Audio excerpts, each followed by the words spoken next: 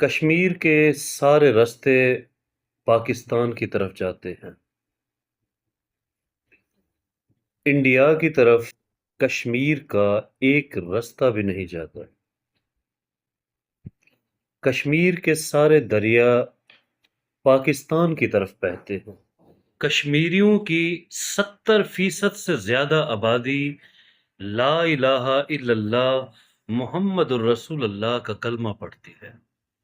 پاکستانی ہے، پاکستان ہمارا ہے، ہم پاکستانی ہے، پاکستان ہمارا ہے، جیوے جیوے پاکستان، جیوے جیوے پاکستان، جیوے جیوے پاکستان۔ کشمیر کے سارے مسلمان اپنے جیسے مسلمانوں کے ساتھ رہنا چاہتے تھے۔ 1947 میں جب مسلمانوں کے لیے پاکستان بنا اور برصغیر کے ہندوؤں کے لیے بھارت بنا تو کشمیر کے مسلمانوں نے پاکستان میں شامل کرنے کی خواہش ظاہر کی۔ پاکستان کے ساتھ شامل ہونے کی اس خواہش کے پیچھے بھی ایک بہت بڑی وجہ کار فرما ہے۔ السلام علیکم۔ اپنے یوٹیوب چینل انصاف، عدالت اور وکالت کے ساتھ مائی سیلف ارشاد خان دشتی بلوچ آپ کی خدمت میں حاضر۔ جون 1931 میں جب کشمیر ہندو راجہ ہری سنگھ کی غلامی میں تھا، اس وقت جموں کی جیل میں ایک مسلمان نے اذان دینے کی کوشش کی تو ہندو راجہ کے اہلکاروں نے اسے زبردستی روک دیا۔ اس بات پر مسلمان آبادی میں شدید رد عمل دیکھنے کو ملا۔ 13 جولائی 1931 کو سری نگر جیل کے باہر ایک بڑا احتجاج ہوا، جہاں 22 مسلمانوں نے اللہ کی اذان کی خاطر اپنی جان دے دی۔ پہلے مسلمان نے اللہ اکبر کہا تو مہاراجہ ہری سنگھ کے ہندو سنتری نے اسے گولی مار دی، مگر اللہ کے یہ شیر موت سے بالکل نہیں ڈرے اور دوسرے مسلمان نے اشہد ان لا الہ الا اللہ کہا تو اسے بھی ہندو سنتری نے گولی مار کے قتل کر دیا۔ اسی طرح 22 مسلمانوں نے اپنی جان کا نذرانہ اذان کی خاطر پیش کر دیا اور ہندو راجہ کے سامنے ہار ماننے کی بجائے اپنی جان اللہ کے دین کی خاطر قربان کر دی۔ ان عوامل کو دیکھتے ہوئے برطانیہ کے آخری وائسرائے لارڈ ماؤنٹ بیٹن نے مہاراجہ ہری سنگھ کو مشورہ دیا کہ آپ کو چاہیے کہ آپ پاکستان کے ساتھ الحاق کر لیں، کیونکہ کشمیر کی 70% سے زیادہ آبادی مسلمان ہے، مگر اس کے باوجود ہندو مہاراجہ ہری سنگھ نے کشمیر کی اپنی مسلمان عوام کے خلاف غداری کی اور کشمیر کا بھارت کے ساتھ الحاق کرنے کا اعلان کر دیا۔ 27 اکتوبر کو ہندو بنیے نے زمین کے لالچ میں مسلمانوں کی زمین کشمیر میں اپنی فوج ہوائی جہاز کے ذریعے اتارنا شروع کر دی۔ ان حالات میں کشمیر کے مسلمان نے پاکستان کے مسلمان کو مدد کے لیے پکارا۔ مجاہدین نے اپنے کشمیری بھائیوں کے ساتھ مل کر کشمیر کے بہت بڑے علاقے، جس کو تقریباً 35% کہا جا سکتا ہے، اس کو ہندو بنیے کی غلامی سے آزاد کروا لی۔ وہ 35% کشمیر آج بھی پاکستانی یونین کے پاس محفوظ ہے اور اسے آزاد کشمیر گلگت بلتستان کے نام سے پکارا اور جانا جاتا ہے۔ یہ پہلی کشمیر جنگ تھی جسے پاکستان نے 35% کشمیر کو آزاد کروا کر جیت لیا تھا۔ 1965 میں دوسری کشمیر جنگ ہوئی تو ہندوستان کے جنرل جے این چودھری اور لیفٹیننٹ جنرل ہر بخش سنگھ نے کہا کہ وہ لاہور کو فتح کرنے کے بعد لاہور کے جم خانہ کلب میں شام کی شراب پئیں گے، مگر بھارت کو کامیابی حاصل نہ ہوئی اور بھارت لاہور پر قبضہ نہ کر سکا۔ 6 ستمبر 1965 کو مسلمان مجاہدین نے ہندو بنیے کی پیش قدمی کو سختی سے روک دیا۔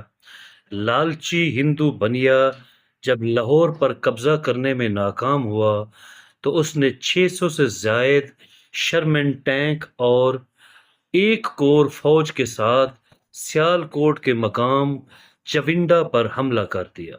پاکستان کے کلمہ گو مسلمان 120 ٹینک تباہ کر دیے اور بھارت کا یہ مقصد بھی خاک میں مل گیا۔ ہندوستان کے 90 جنگی طیارے تباہ و برباد ہو گئے۔ بھارت کی 3885 مربع کلومیٹر کی زمین پاکستان کے قبضے میں چلی آئی۔ راجستھان کے کھیم کرن کے علاقے، چھمب جوڑیاں کے علاقے اور بھارتی پنجاب کے علاقے پاکستان کے قبضہ میں چلے آئے۔ کشن گڑھ کا قلعہ اس کے علاوہ تھا۔ اپنی اس بے عزتی اور ہار کا بدلہ لینے کے لیے 1971 میں ہندو بنیے نے ایک بار پھر سے پاکستان کی پیٹھ میں چھرا گھونپا اور پاکستان کے بے وفاؤں کے ساتھ مل کر پاکستان کے مشرقی بازو کو پاکستان سے الگ کر دیا، مگر اس کے باوجود ہندو قبضے والے کشمیری مسلمان اور پاکستانیوں کے دل ساتھ ساتھ دھڑکتے رہے۔ انشاءاللہ، سارے بولو انشاءاللہ، انشاءاللہ۔ اور اسلام کی نسبت سے ہی، اسلام کی نسبت سے ہی، اسلام کے تعلق سے ہی، اسلام کی محبت سے ہی ہم پاکستانی ہیں، پاکستان ہمارا ہے۔ ہم پاکستانی ہیں، پاکستان ہمارا ہے۔ ہم پاکستانی ہیں، ہم پاکستانی ہیں، ہم پاکستانی ہیں۔ 1999 میں چوتھی کشمیر جنگ ہوئی، جس میں کارگل کی اہم چوٹیاں پاکستان کے قبضے میں چلی آئیں۔ ہندو بنیا ایک بار پھر سے پریشان ہو گیا اور پہاڑوں سے اپنے سر ٹکرانے لگا۔ مجاہدین اسلام نے شروعات کے دنوں میں ہندو بنیے کی راتوں کی نیندیں حرام کر دیں۔ بھارتی بہت سی لاشیں چھوڑ کر بھاگ کھڑے ہوئے اور مجاہدین نے دلیری کی مثال قائم کر دی۔ کیپٹن کرنل شیر خان اور حوالدار لالک جان نے اور خون کے آخری قطرے تک دشمن کا مقابلہ کرتے رہے۔ دشمن نے مجاہدین اسلام کی بہادری کو تسلیم کیا اور ان کی دلیری پر خراج تحسین پیش کیا۔ دن، مہینے اور سال گزرتے گئے۔ لالچی ہندو بنیا 7 لاکھ فوج رکھ کے اربوں ڈالر خرچہ کر کے بھی آج تک پورے کشمیر کو ہضم نہیں کر سکا۔ پاکستانی ہے، پاکستان ہمارا ہے۔ ہم پاکستانی ہیں، پاکستان ہمارا ہے۔ کشمیر بھارت کے گلے میں مچھلی کے کانٹے کی طرح جا کے اٹک گیا، جسے بھارت نہ تو حل کے نیچے اتار سکتا ہے اور نہ ہی ہضم کر سکتا ہے۔ کشمیر پر جب ہندو بنیے نے غیر قانونی طور پر قبضہ کیا، تب سے بھارت کو ایک دن بھی سکون کا نصیب نہیں ہوا۔ ہڑتال، دھماکے، روز روز مجاہدین اسلام کی یلغار نے ہندو بنیے کے رات کی نیندیں حرام کر دی۔ شاید اس لیے کہ کشمیر کی زمین پاکستان کی زمین کا ہی ایک کھویا ہوا حصہ ہے۔ سچ تو یہ ہے کہ بھارت کے پاس کشمیر جانے کے لیے کوئی راستہ ہی نہیں تھا۔ پھر انگریز کو صرف راستہ دینے کے لیے پٹھان کوٹ، دینا نگر، بٹالہ اور خود شہر گرداسپور کے علاقے ہندوستان کو دینے پڑے۔ حالانکہ یہ تحصیلیں اور پورا ضلع گرداسپور پاکستان کا حصہ تھا، 14 اگست 1947 کے نقشے میں ضلع گرداسپور پاکستان میں شامل تھا، مگر 17 اگست 1947 کو ریڈ کلف ایوارڈ کے اعلان کے ساتھ ہی ان علاقوں کو کشمیر ہتھیانے کے لیے بھارت کا حصہ دکھایا گیا۔ ضلع گرداسپور کی 3 تحصیلیں ہندوستان کی جھولی میں ڈال دی گئیں اور صرف ایک تحصیل شکر گڑھ پاکستان کو دے دی گئی۔ اس 2 نمبری کے بعد ہندوستان دن رات ماتھا رگڑتا رہا، کشمیر کے پہاڑوں میں اپنا سر ٹکراتا رہا کہ کسی طریقے سے اسے کشمیر ہضم ہو جائے، مگر سوائے خاک اور خون کے بھارت کے حصے میں آج تک کچھ بھی نہیں آیا۔ کشمیر کے بیٹے اپنی زمین کے رکھوالے بن کر ہندو بنیے کے اوپر قہر بن کر برستے رہتے ہیں، اور ہندو بنیا شور شرابہ کرتا رہتا ہے، چیخ و پکار کرتا رہتا ہے کہ میرے ساتھ آتنکواد ہو رہا ہے۔ اس پر کشمیریوں نے کہا کہ بھائی، چور ہمیشہ تنگ ہی رہتا ہے، قبضہ مافیا کا ایک دن بھی سکون سے نہیں گزرتا، بہتر ہے کہ آپ واپس ہندوستان چلے جاؤ۔ مقامی کشمیری نہیں چاہتے کہ غیر مسلم فوجیں، ہندو فوجیں کشمیر کے سینے پر مونگ دلتی رہیں اور وہاں پر زبردستی قبضہ کر کے بیٹھی رہیں۔ اس لیے کشمیری جب بھارت کی ناک میں دم کرتے ہیں تو بھارت اپنی خفت مٹانے کے لیے بار بار پاکستان پہ انگلی اٹھاتا ہے۔ 2016 میں الیکشن جیتنے کے لیے بھارت کے متنازع اور مودی نام کے خپتی وزیر اعظم نے پاکستان کے آزاد کشمیر پر جنگی طیارے سے بم گروا دیا۔ ایک کوا اور 2-3 جنگلی درخت گر گئے۔ اس پر دلچسپ بات یہ ہے کہ جھوٹا پروپیگنڈا کرنے کے بعد مودی الیکشن جیت گیا۔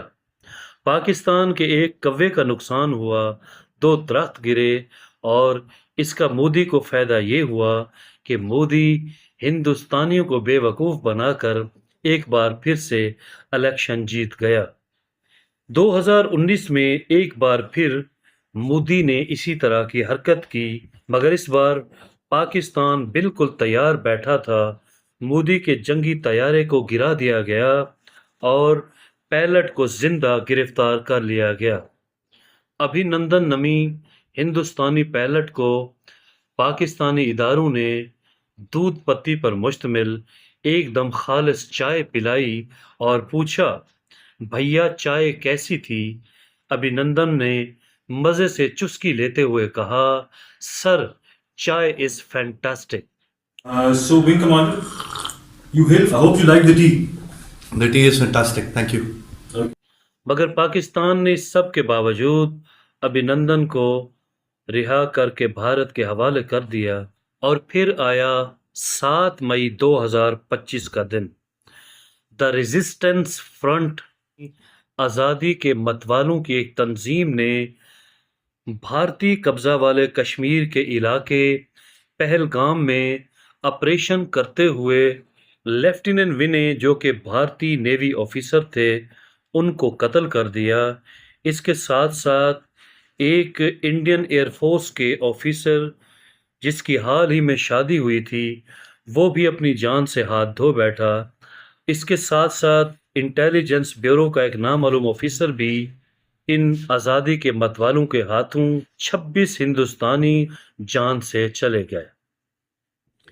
بار بار کی کشمیری مزاحمت سے بھارت کو چاہیے تو یہ تھا کہ وہ کشمیر سے باعزت واپس چلا جاتا، مگر بھارت نے ہمیشہ کی طرح ایک بار پھر سے خود کو جہنم میں دھکیلنے کا پروگرام بنا لیا۔ کشمیری مجاہدین اور آزادی کے متوالوں کے ٹھکانوں پر حملہ کرنے کا بہانہ لے کر بھارت نے براہ راست انٹرنیشنل بارڈر کی خلاف ورزی کرتے ہوئے شیر کی پونچھ پر پیر رکھ دیا۔ بھارت نے براہ راست بہاول پور، مرید کے آزاد کشمیر، سیالکوٹ اور کوٹلی کے علاقوں میں حملے کر کے پاکستان کی تنصیبات کو نقصان پہنچایا۔ بھارت نے پاکستان پر کل 9 حملے کیے۔ بھارت کو اپنی غلطی اور بے وقوفی کا پتہ اس وقت چلا جب پاکستان نے آپریشن بنیان المرصوص کے نام سے بھارت کے اوپر 24 اٹیک کر دیے۔ پاکستان ایکشن کا ری ایکشن دے چکا تھا۔ اب بھارت بند گلی میں پھنس چکا تھا، آگے کنواں تھا اور پیچھے کھائی تھی۔ بھارت کے پلٹوار کا مطلب تھا فل سکیل جنگ، کبھی نہ ختم ہونے والی جنگ۔ جنگ مطلب ایٹمی جنگ۔ بھارت پاکستان کو ڈرانے آیا تھا، مگر بھارت کی یہ غلطی اسے بیک فٹ پہ لے آئی، الٹا لینے کے دینے پڑ گئے۔ بھارت کے بہترین جنگی جہاز ریت کی دیوار ثابت ہوئے۔ پاکستان ایئر فورس نے بھارت کے رافیل جہاز مار گرائے۔ سچ تو یہ ہے کہ بھارت 2025 کی یہ 4 روزہ جنگ ہار چکا تھا۔